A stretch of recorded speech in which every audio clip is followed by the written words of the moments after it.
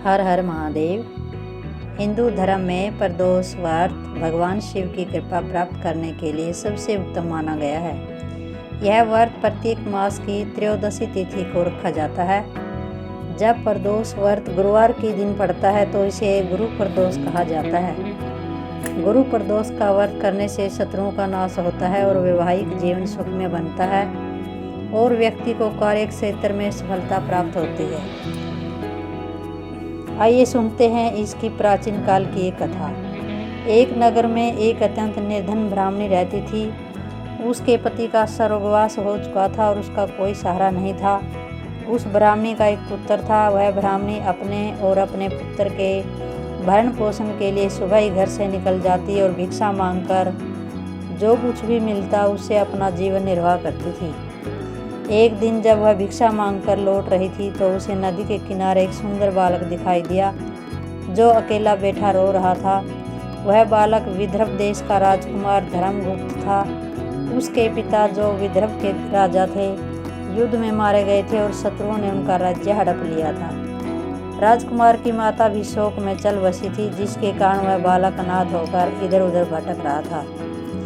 ब्राह्मणी को उस बालक पर दया आ गई। उसने उस राजकुमार को अपने पुत्र के समान माना और उसे अपने घर ले आई। ब्राह्मणी उन दोनों बालकों का पालन पोषण बड़े प्यार से करने लगी। कुछ समय पश्चात ब्राह्मणी दोनों बालकों को लेकर सांडिल्य ऋषि के आश्रम में गई। वहाँ उसने ऋषि से प्रदोष व्रत की महिमा सुनी और उसकी विधि सीखी। ऋषि के कहे अनुसार ब्राह्मणी ने अपने दोनों पुत्रों के साथ भगवान शिव का प्रदोष व्रत रखना शुरू किया। समय बीतता गया और दोनों बालक बड़े हो गए। एक दिन राजकुमार धर्मगुप्त वन में विहार कर रहे थे, तभी उनकी भेंट गंधर्व कन्याओं से हुई। उनमें से एक गंधर्व कन्या जिसका नाम अंशुमति था राजकुमार के स्वरूप पर मोहित हो गई। अंशुमति ने अपने पिता को सारी बात बताई। गंधर्व राज ने जब जाना कि यह विदर्भ देश का राजकुमार है तो उन्होंने अपनी पुत्री अंशुमति का विवाह राजकुमार धर्मगुप्त से कर दिया। विवाह के पश्चात राजकुमार ने गंधर्व सेना की सहायता से अपने पिता के शत्रुओं पर आक्रमण किया और अपना खोया हुआ राज्य वापस प्राप्त कर लिया। राजकुमार ने उस निर्धन ब्राह्मणी और उसके पुत्र को ससमान अपने राजमहल में स्थान दिया और उनकी गरीबी दूर की। यह सब भगवान शिव के प्रदोष व्रत का ही फल था।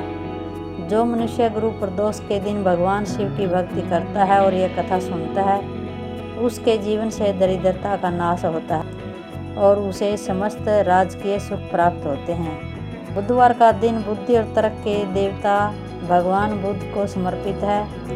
यह व्रत घर में सुख शांति, व्यापार में उन्नति और मानसिक शांति के लिए किया जाता है।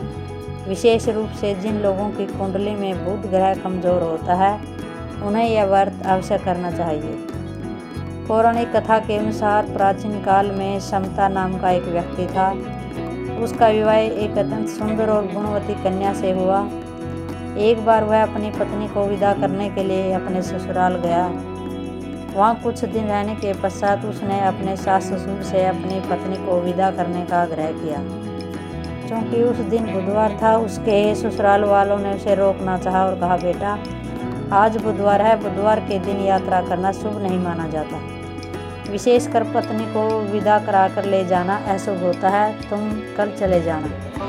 परंतु वह व्यक्ति स्वभाव से हठी था और उसने ज्योतिष शास्त्र या बड़ों की बातों पर विश्वास नहीं किया। उसने कहा, शुभ अशुभ कुछ नहीं होता, मैं आज ही अपनी पत्नी को लेकर जाऊंगा। विवश होकर उसके सास ससुर ने अपनी बेटी को विदा कर दिया। पति पत्नी बैलगाड़ी में बैठकर नगर की ओर चल दिए। रास्ते में उसकी पत्नी को प्यास लगी।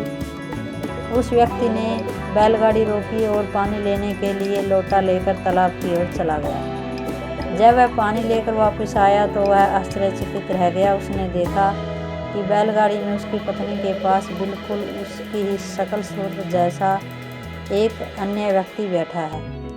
वह व्यक्ति क्रोधित होकर बोला कि तुम कौन हो जो मेरी पत्नी के पास बैठे हो।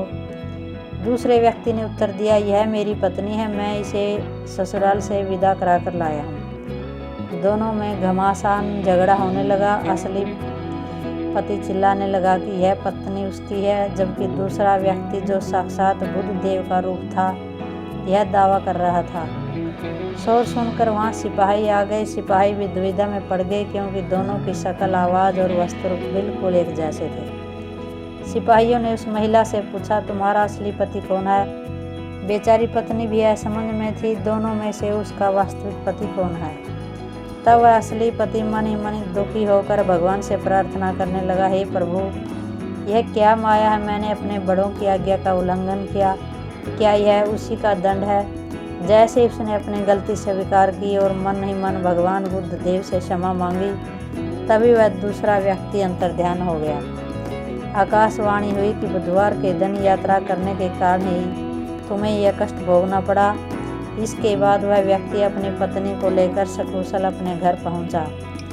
उस दिन के बाद वह व्यक्ति और उसकी पत्नी नियम पूर्वक बुधवार का व्रत करने लगे और सुख शांति से रहने लगे। बुधवार के दिन जो व्यक्ति यह कथा सुनता है, पढ़ता है, उसे यात्रा में कोई कष्ट नहीं होता और उसके घर में धन धान्य की कमी नहीं होती।